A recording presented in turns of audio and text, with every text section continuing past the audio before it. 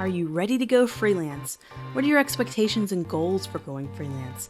This lesson will help you explore to create those goals and understand the positives and negatives of freelancing. The pros easily match the cons in a freelance situation, and knowing the negatives along with the positives can help you prepare for a successful freelance career. Walking down the street in my neighborhood, I see large empty front porches and empty sunny yards, and I wonder how much more time people spend away from home than actually enjoying it. What if I didn't have to put on that suit and make that long commute to work in the morning? What if you could take as many coffee or tea breaks as you'd like and still be productive? How would you like to pick up your kids from school and not send them to aftercare? There are many reasons why we want to pursue a freelance career, and those are just some of the main reasons. There are drawbacks, though. One of the most unexpected drawbacks in my 15-year freelance career is the isolation working at home and not having other colleagues to bounce ideas back and forth to each other. There's also the issue of cash flow, which we'll study a little bit later in the course. Cash flow can be a bit unpredictable in the beginning few years, and having to budget more diligently to make it work for your family can be stressful.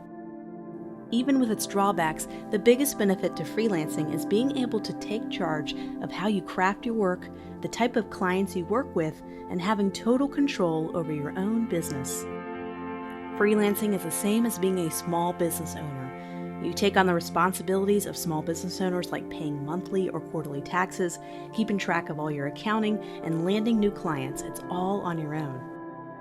But this can be freeing to those wanting and needing creative space to feel like they're adding something of value to the world on their terms. Freelancing does get easier with time, and that means your first year is the hardest, with many people dropping out. Finding clients, one of the more frustrating freelancing tasks, can be arduous, but I can tell you it doesn't last forever.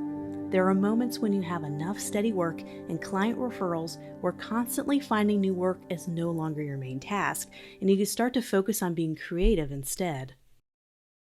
The key here is to have reasonable expectations for your freelance career. Will you replace your current salary or job? I sure hope so, and I hope to craft this course in a way to give you the best step forward, but nothing is a guarantee. Will you be able to work less? Perhaps. And the key to a great freelancer is maximizing productivity. This comes easier for us once we work at home with less distractions and can set up systems that work best for us, and not those forced systems we have to use in a larger company, for example. There's also no management of our jobs. There's nobody checking in to see if we're okay, and this could be hard if you're used to having your performance reviewed and getting a good steady raise each year.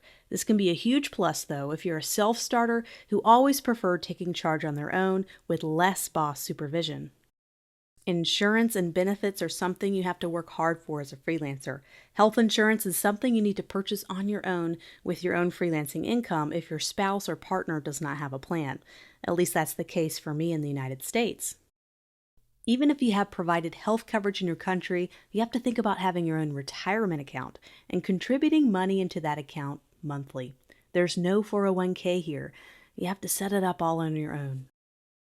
As a freelancer, you need to be ready for days full of tasks that might not include your paid client work. There are tasks like creating invoices, proposals, drafts, emails, and other forms of communications like bookkeeping that may remain unpaid hours. At a salary job, you're paid for all the work you do. As a freelancer, there's things that can't be billed to the client. When we talk about pricing our services a little later on in the course, we'll see why the average freelancer's hourly rate is generally much higher than a salaried worker's hourly rate after you break it down. You have noticed this when looking at freelancer websites and wonder how they're able to charge such higher rates than workers who work for a company full-time in the same industry. First things first, let's set up some goals for your freelance business that are both realistic and grounded.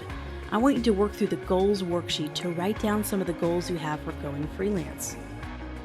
Also, we want to explore questions like, do you want to pursue freelancing full-time or keep it part-time? How much money do I want to make? How many hours do I want to work each day? And do I work on the weekends?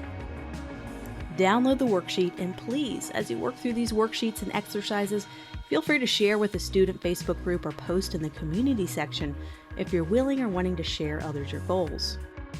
As isolating as freelancing can be, the best way to prevent the negative side of that is constantly staying in community with each other and with others in your industry. Not only to share your work and find new clients, but to share our dreams and our frustrations.